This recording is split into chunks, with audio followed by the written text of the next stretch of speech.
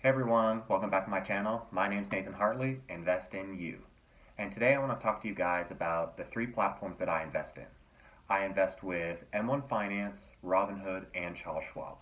I do a weekly deposit into each account, and with that, I go ahead and diversify with those accounts the types of different investments between growth and dividend that I pursue with each account. I deposit into them so that I can use them at different times during different red days. So if one platform goes down, like Robinhood did about 2 weeks ago, that I can still invest with other platforms and I can diversify my income and have different strategies with different platforms. The first platform I invest with is M1 Finance. Some of the pros of that platform are it's kind of a passive way you can put money to auto invest with a pie chart, and it's kind of like a 401k so that you can just have it go in it and it automatically equalizes those shares of that pie. You don't have to think about it because it's a percentage and you can change the percentage on which different industries or single stocks you want. You can pick pre-made stocks, ETFs, whatever you want. So that's a really awesome pro. You sit back and watch it and let it go. Fractional shares as well. You don't have to own a full share. Like a lot of other companies like Robinhood, you have to buy the full share. With M1 Finance, you can just buy fractional shares. Dividend reinvest. If you are getting anything from dividends, it'll go ahead and reinvest back into your pie, so that's a great positive. You also have multiple portfolios that you can have on one platform. So, me, for example, I have a dividend portfolio and I have a growth portfolio. And you can have, I'm not sure how many you can have, but you can have multiple different ones. You can even have one for a 401k that's tax deferred. So if you don't have one with your work, you can definitely do it with this, and you can transfer your other stocks over to it. All right, and there's no trading fees. So I mean, who can argue with not having trading fees? Okay. So let's go ahead and talk about the cons. The cons to this platform is the trading window is between 10 o'clock and 11:30, and me personally, I would like to be able to trade for a longer period of the day with it being free and not having to pay for the premium version. So, dealing with that, you can't just buy a share of Tesla for $380. You have to put in that order and it fills within that time period. So, if it goes up $150, then that's what you're going to pay for it, depending on whenever they execute that trade. So, it gives you way less flexibility on being able to make a direct purchase of a stock at a certain time. And that's a really big con for me that deters me from it. Also, the simplicity of the platform is moderate. It's way easier than things like Charles Schwab and stuff like that. But it does have a lot of tasks on it, and it does get kind of confusing whenever I've been trying to help people understand it. It's kind of hard to repetitively go over it because there are lot of different menus. So I would say it's about moderate, and there's no real person-to-person contact. If you have an issue, it goes out via email. And me personally, I'd like to be able to call someone if I have problems. So that's kind of a con for me too. But let's go move on to Robinhood. So with Robinhood, some of the pros are it's more active. All right, so you have to be there, you have to be engaged.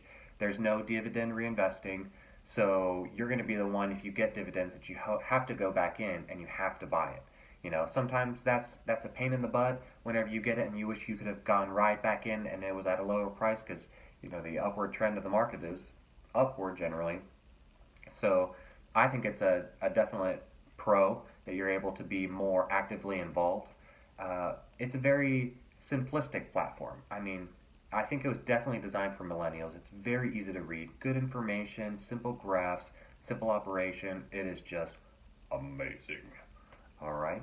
So there's no trading fees with this one as well. So that's a really good thing. You have a huge trading window, complete purchase priority. So whenever you submit a buy, you're buying it at that exact same price that you issued right there. The trading window is very large, and you can do stop losses. You can set all these limits. It's great. It's like a regular platform, but super simplistic.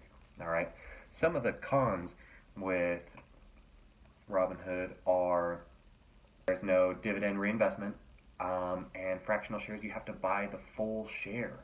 So if you don't want to buy the full share and you just want to buy fractional, Tesla's really expensive. I can't buy a full Tesla share sometimes, and I just want to buy partial, but I can't.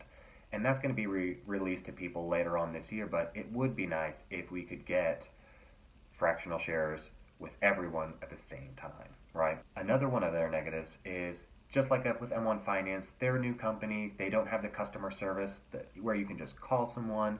So that is a pain in the butt. And you have to email someone. They'll get back to you within 24, 48 hours. It just stinks not being able to call someone and just nip a problem in the butt right there. So, and that's it for my cons for Robinhood. So Charles Schwab has a couple of pros. It's my newest platform, so I'm not the most proficient at it, but I am learning just like everyone else. It's extremely customer service oriented. I can call someone and they will be on that phone so fast and they'll resolve your problem or they'll get you a timeline on when you can. Their customer service is the greatest out of all three, hands down. All right. They're a time and true tested company. They've been around for a long time. You ask your parents, they'll probably know exactly who Charles Schwab is. They do banking, they do all different kinds of stuff.